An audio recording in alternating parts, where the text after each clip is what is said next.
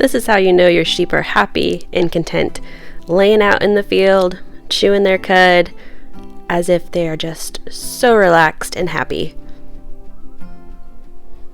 It was 80 degrees yesterday, and tonight it's going to be very, very cold. I'm running around trying to get stuff all set before the cold temperatures take hold of us tonight. Some of my plants I'm moving into the greenhouse. I'm moving my orange mint in here. You'll notice there's some holy basil mixed in here too. They were just in there with the potting soil when I used it for this, but they will die off once the weather gets below freezing. I noticed my mint is starting to root, so I'm going to put this part into a pot with soil and keep it wet, and it will root and give me a whole nother mint plant. So I'm just going to take this pot of soil, I'm going to bury this shoot with the roots on it into the soil, and then I'm going to come back and water this really good. I'm just going to keep these mint in the greenhouse. They'll probably be fine outside, but just because it's going to be such a shock from 80s to 30s, I want to put them in here so they don't die from the shock of the change in temperatures. I use these tops from egg cartons underneath plants to hold water. It got so hot in here this summer that it melted this plastic. That's kind of crazy. It didn't kill the Bermuda grass. That's still thriving. The sheep in their pasture rotation are right outside the greenhouse. And that's really fun, be able to just see them so close. It's really enjoyable.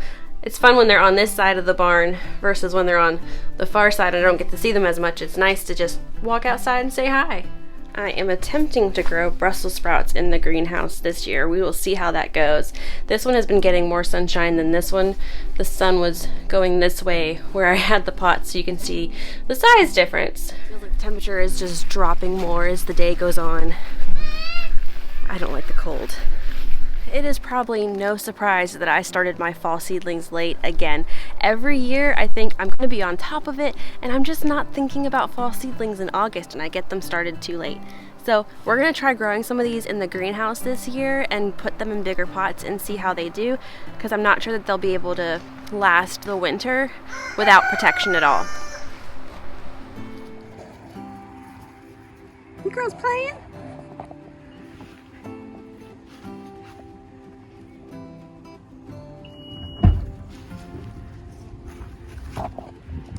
The other day my dad was like, "Why does your car smell like straw?" I have no idea, Dad. No idea why.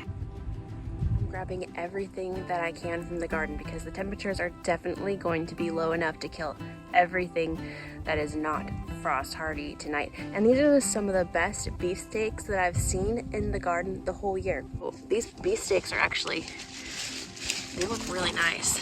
And if you just leave them on the counter, they'll ripen up. Put them in a windowsill. They'll ripen up. They'll be fine. There's a couple potatoes and sweet potatoes that I must have missed in this patch that have come back up. The potatoes might be fine, but I doubt the sweet potatoes will make it through the night. That's everything I could grab. That might be more beefsteak tomatoes than I've gotten this whole summer, because I had a whole lot of army worms. Just like they would drill a little hole in the tomato and then it would go bad before you could even get it. And so it wasn't a great year for me for beefsteaks, but cherry tomatoes were bonkers this year. We got a really good frost last night. I got the smaller ones covered, but I left the big ones out. It's really cold. I was not made for the cold. It scared the life out of me. I looked out the window and I saw them both laying in the field covered in frost. Look at her. And I was like, oh my gosh. I don't know why they prefer to sleep out in the frozen cold instead of sleeping in the barn, but they do. So I brought them in and gave them some breakfast. Look at the frost on her. Oh girl. Good thing you got a nice warm coat. I'm dropping down milking to every third day now. I'm trying to get her dried off for the winter because it's nice to have some flexibility and not have to come out and milk every morning when it's, you know, really cold and not fun. And so I just put a deposit down on a ram. It's not too far from here that I will be picking up middle of November. His name is Caspian. and I am really excited to get these girls bred so that we can be looking forward to spring lambs, and then both of them will be in milk and we'll have lots of yummy things to make, because I'm already missing having homemade yogurt.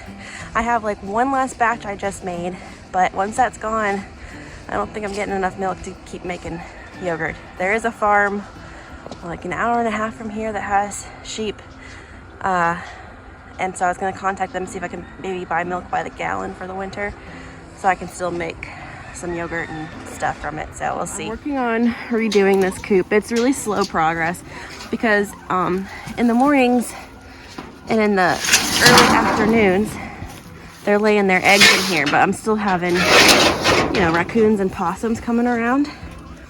And this plascolite that I used on here, those whiteboards, they were very, very cheap to buy, and they have not held up at all. Part of the reason why I got those was because my original plan was to make this a mobile coop with the PVC pipe and the light plascolite boards, that it would make it light to move and easy, but that did not turn out to be the case. Good morning, ladies. So I've been putting the comforter up here to try to help keep them warm as they transition into winter, so they're not getting cold breeze. Another thing that helps is to do the deep bedding method, where instead of like cleaning it out all the time, you are adding more layers of straw or bedding or whatever it is that you're using. So the chicken manure is in there, kind of sandwiched in between the layers of straw, and it will compost and help heat your chicken coop during the winter time. Good morning, pretty boy. I'm really excited to hatch some eggs. My plan is to start eggs in the incubator January 1st. That worked out really well last year to have chicks in January. And then we had it where it was really warm. They were ready to go outside early last year.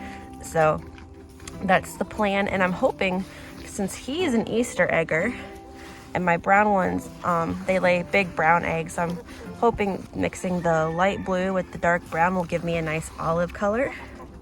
So this will be a fun experiment to see what kind of variations of egg color we can get in our chicken breed. Warm, and they're all perked back up.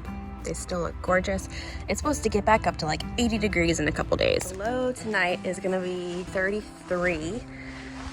So it's gonna be really cold again tomorrow, but it's kind of nice to be able to have some downtime and work on the inside of the house and start getting ready to prepare for spring and get all the garden planting ready to start fresh all over again. So that's very exciting. So let me know how your gardens are doing. Are you growing anything over the winter in your gardens? I'd love to hear what you're having in your garden over the winter. Thanks for hanging out. It's been great to see you again. I will see you next time. Bye.